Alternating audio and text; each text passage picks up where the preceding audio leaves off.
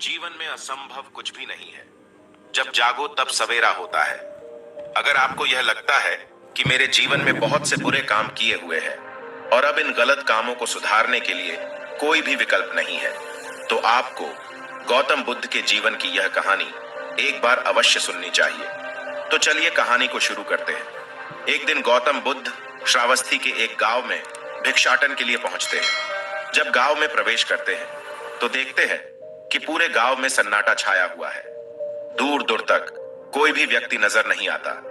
बुद्ध उस गांव के पहले द्वार पर जाते हैं और कहते हैं कि भिक्षाम देहि, परंतु भीतर से बाहर कोई नहीं आता।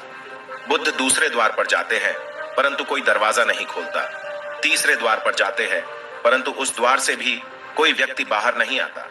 फिर अचानक से एक दरवाजा खुलता है, जिसमें से एक व्यक्ति बाहर निकलता है। वो जल्दी से बुद्ध का हाथ पकड़ता है और उन्हें अपने घर में ले जाता है और कहता है कि क्षमा करें बुद्ध, परंतु इस समय आप बाहर नहीं जा सकते।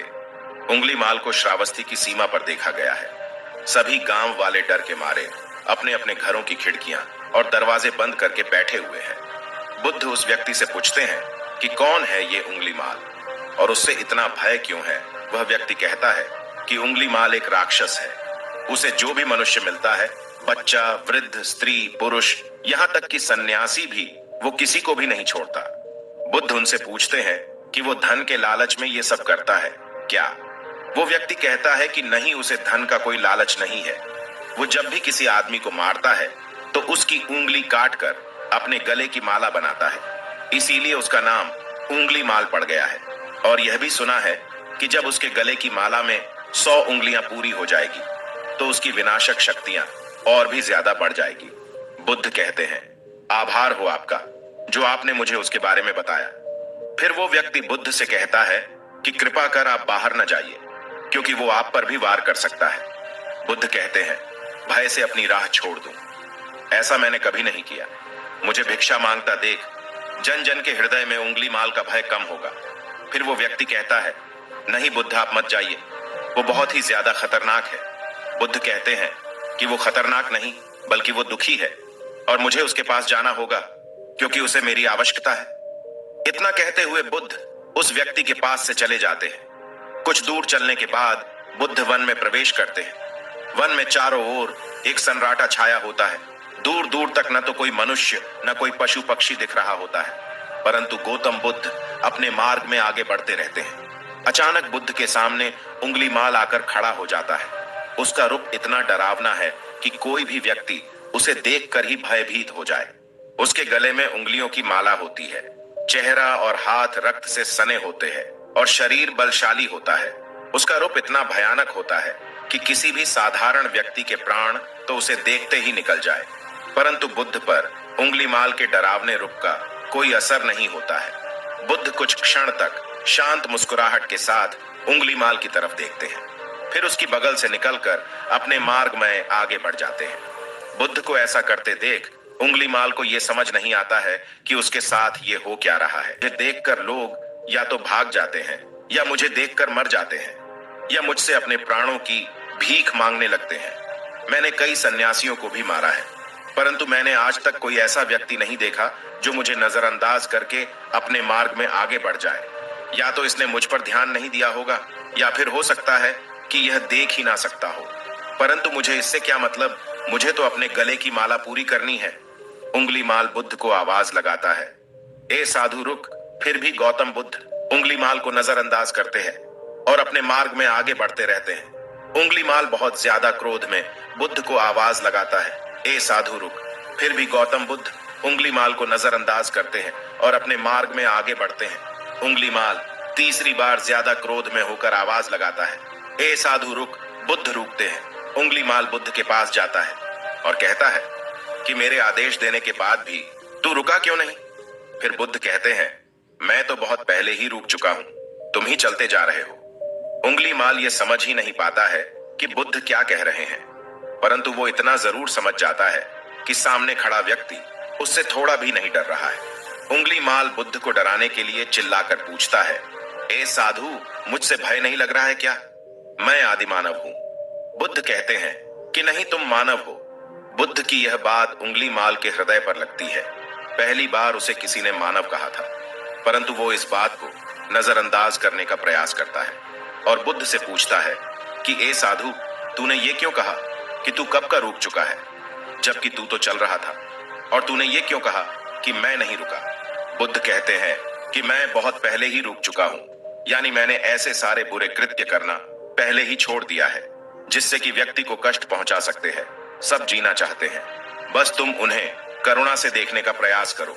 गौतम बुद्ध के ये शब्द दोबारा से उंगलीमाल के हृदय पर चोट करते हैं, परंतु वह दोबारा से बुद्ध की बातों को नजरअंदाज करने का प्रयास करता है।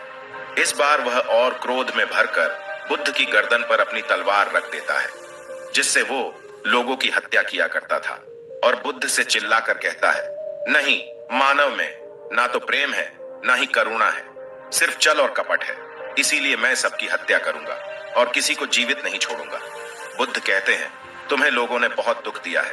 उंगलीमाल क्रूरता मनुष्य अज्ञान के कारण ही करता है। ईर्ष्या, द्वेष, मोह, माया ये सभी अज्ञान की संतानें हैं, परंतु वो व्यक्ति ही है जिसमें दया, करुणा और समझ का उदय भी होता है। उंगलीमाल, यदि इस जीवन में क्रूर और निष्ठुर लोग हैं तो दयावान भी है। बस तुम्हें अपनी आंखों से इस अंधेपन की इस पट्टी को हटाना होगा जो तुम्हें केवल बुराई ही दिखा रही है। तीसरी बार बुद्ध शब्दों को सुन उंगलीमाल का खुद पर से संयम हट जाता है। उसे समझ नहीं आता कि पहली बार उसे अपने आप इतना कमजोर क्यों महसूस हो रहा है। वो कोशिश तो करता है क्रोध करने का, परंतु कर नहीं पाता है। वो बड़ी हिम्मत जुटाकर क्रोधित होने का नाटक करके बुद्ध से कहता है, तुम और व्यक्तियों जैसे नहीं हो। बुद्ध कहते हैं कि मैं हर व्यक्ति जैसा ही हूं, बस जागृत हूं और यह सिद्ध कर रहा हूं कि हर व्यक्ति में जागने की क्षमता है। मेरा मार्ग क्रूरता को दया में परिवर्तित करता है। उंगलीमाल, तुम अनजाने में घृणा के पद पर हो, बस इस क्षण रुक जाओ। तुम्हारे भीतर भी यह क्षमता है कि तुम दया और करुणा के पद पर भी चल सको। इतना सुनते ही उंगलीमाल के हाथ से तलवार जमीन पर गिर जाती है। उसकी आंखों से आंसू बहने लगते हैं। भला कोई कब तक बुद्ध को अनदेखा करेगा। उंगलीमाल रोते हुए बुद्ध से पूछता है कि क्या आप वही हैं जिन्हें लोग बुद्ध कहते हैं, जो लोगों को मुक्ति के मार्ग पर चलना सिखाते हैं। हाँ, मैं वही हूं, मैं तुम्हें मुक्ति के मार्ग पर ले जाना चाहता हूं। फिर उंगलीमाल कहता है, परंतु मैं अब बहुत दूर निकल गया हूं। मैंने बहुत हत्याएं करी है, बहुत पाप करे हैं। मैं अब चाहकर भी वापस नहीं लौट सकता और मेरा वापस लौटना अब असंभव है। बुद्ध कहते हैं कि असंभव कुछ नहीं है, जब जागो तब सवेरा होता है। उंगलीमाल कहता है, मैं अब पुनः जीवन की ओर नहीं मोड़ सकता, बहुत देर हो चुकी है। बुद्ध कहते हैं, तुम में इतनी चेतना है कि तुम जानते हो कि जो तुमने अब तक किया है वह बुरा था। इसका अर्थ यह है कि तुम जानते हो कि क्या अच्छा है और क्या बुरा है। उंगलीमाल, जिस दिन से तुमने अच्छा कार्य करना शुरू कर दिया, उस दिन से तुम्हारा एक नया जीवन शुरू हो जाएगा। फिर उंगलीमाल कहता है, मैं कितने भी अच्छे काम कर लूं, परंतु लोग मुझे उसी दृष्टि से देखेंगे और मुझे चैन से जीने नहीं देंगे। बुद्ध कहते हैं कि उंगलीमाल, यदि तुमने हिंसा का मार्ग छोड़ा तो मैं तुम्हें मार्ग दिखाऊंगा और तुम्हारा संरक्षण करूंगा और तुम्हें लोगों की घृणा से बचाऊंगा। बस पहला कदम तुम्हें ही उठाना होगा। उंगलीमाल पूछता है, क्या यह हो सकता है? बुद्ध कहते हैं, अवश्य हो सकता है। उंगलीमाल रोते हुए बुद्ध के चरणों में गिर पड़ता है और कहता है कि मैं आपको वचन देता हूं कि मैं सारे बुरे कृत्य करना छोड़कर और आपके पीछे करुणा के पथ पर चलना सीखूंगा। कृपा कर आप मुझे अपना शिष्य बना लीजिए। बुद्ध कहते हैं कि मैं किसी को अपना शिष्य नहीं बनाता, बल्कि व्यक्ति स्वयं मेरे संग से जुड़ जाता है। उंगलीमाल उसी समय बुद्ध का भिक्षु बन जाता है।